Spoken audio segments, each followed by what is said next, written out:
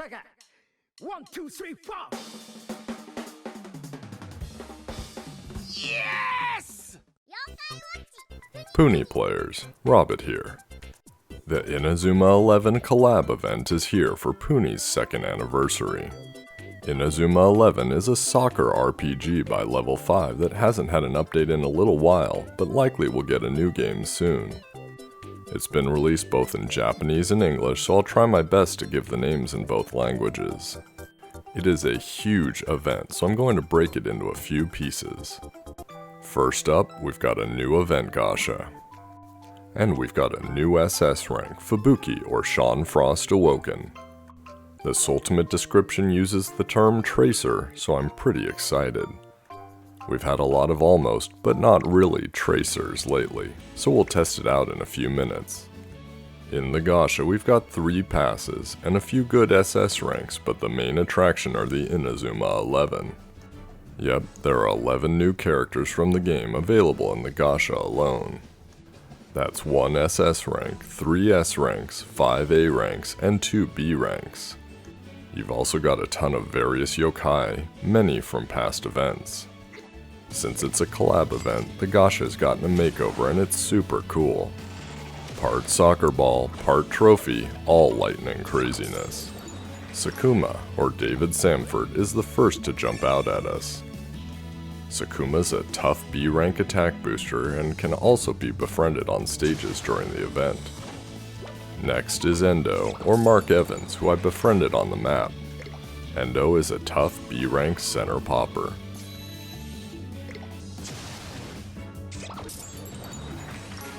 Here's Burn, also known as Clawed Beacons or Torch. He's exclusive to the Gasha and he's a brave A rank bottom popper. He'll also give you a bonus to event points. Another befriendable character, it's Genji or Axel Blaze.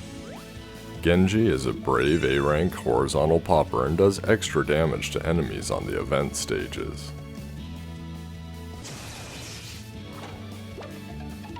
Next up is Gran, or Xavier Foster. He's a shady S-rank single attacker and stunner. When you're fighting Endo S in the Ohajiki, he gives a medium boost to damage. More on that in another video. It's Fubuki, or Sean Frost, in his normal form. Fubuki is a charming A-rank single attacker who can also be befriended. During the normal Endo Ohajiki, he gives a small damage boost.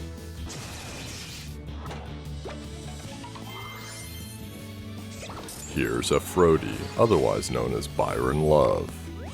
He's a mysterious S-rank single attacker. During the Endo Ohajiki, he can give a medium boost to damage. Next is Fudo, or Caleb Stonewall.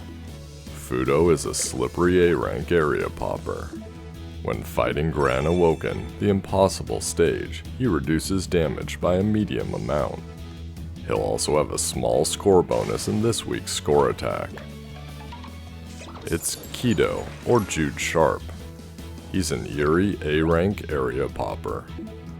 He can be befriended on the map, and you might recognize him or others from the character icons in the game. They've been in there for quite some time.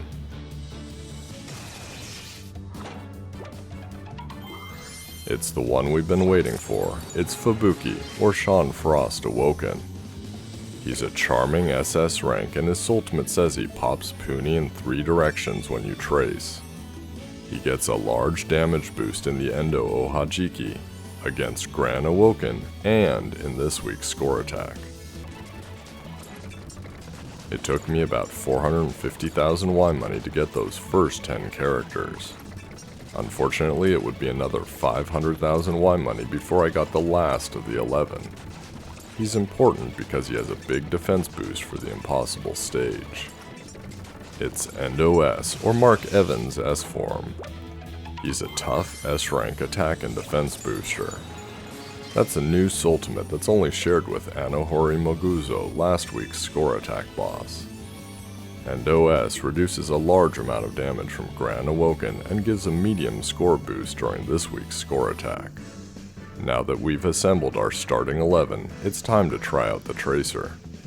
As you can see, Fubuki Awoken has almost identical stats to our two slash tracers Fukurokuju and Enma Blade, even a tiny bit better.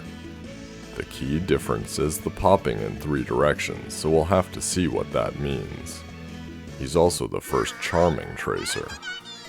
His skill is an additional bonus against shady and eerie tribes, those that charming is naturally strong against. This is contrasted to Fuku's dropping of large puni or Enma Blade's dropping of bonus balls. This was my first ever attempt at using Fubuki Awoken, simply to answer the question, is he a tracer? We've had several Mega Poppers with Hinotori, Waru Nolan, Go T-Dragon, and most recently Tyson SS.